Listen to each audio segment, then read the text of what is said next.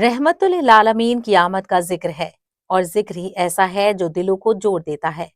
لکھنؤ ادب کا شہر، اور اسی شہر کی تاریخی مسجد عالیہ اسحاقیہ غوثیہ میں گونجا پیغام امن کا وہ نغمہ جو 1500 سال پہلے غار ہرا سے شروع ہوا تھا۔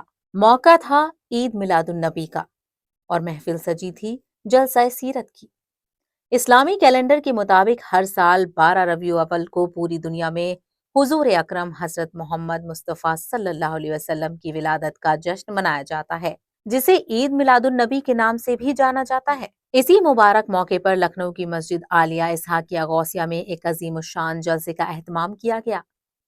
اس نورانی محفل میں شہر کے نامور علماء کرام نے شرکت کی۔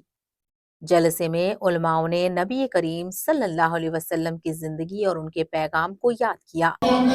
کوئی رسول بھیجا، کوئی پیغمبر بھیجا، کوئی ہادی اور رہنما بھیجا، تو اس کا مقصد کیا تھا؟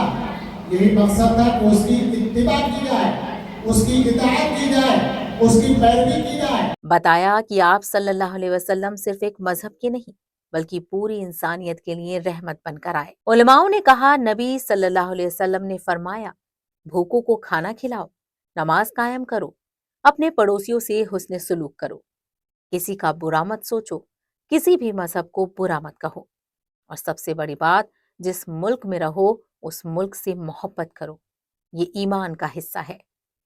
یہ وہی پیغام ہے جس نے جاہلیت کے اندھیرے میں انسانیت کو روشنی دی، جس نے عورتوں کو عزت دی، غلاموں کو حق دیا اور دلوں میں خدا کی محبت پیدا کی۔ آج جب دنیا نفرت کی آگ میں جل رہی ہے تو مسجد کی اس چھوٹی سی محفل سے اٹھی یہ آواز بہت بڑی ہے۔ یہ جلسہ صرف ایک رسم نہیں تھا، یہ ایک یاد دہانی تھی کہ اسلام کا مطلب ہی امن ہے، سلامتی ہے۔ نبی کا نام لینا آسان ہے، لیکن نبی جیسا کردار بنانا، بھوکے کو کھانا کھلانا، پڑوسی کا خیال رکھنا، ملک سے وفا کرنا، یہی سچی عاشق رسول ہے۔ ہر زمانے کے لیے بن کے جو رحمت آئے، ہر زمانے کے لیے، ہر زمانے کے لیے بن کے جو رحمت آئے، ارے کیوں نہ ان پر ہو فدا سارے زمانے کا تشریف جو لانے والے، آج دنیا میں تشریف جو لانے والے، آج دنیا میں تشریف جو لانے والے۔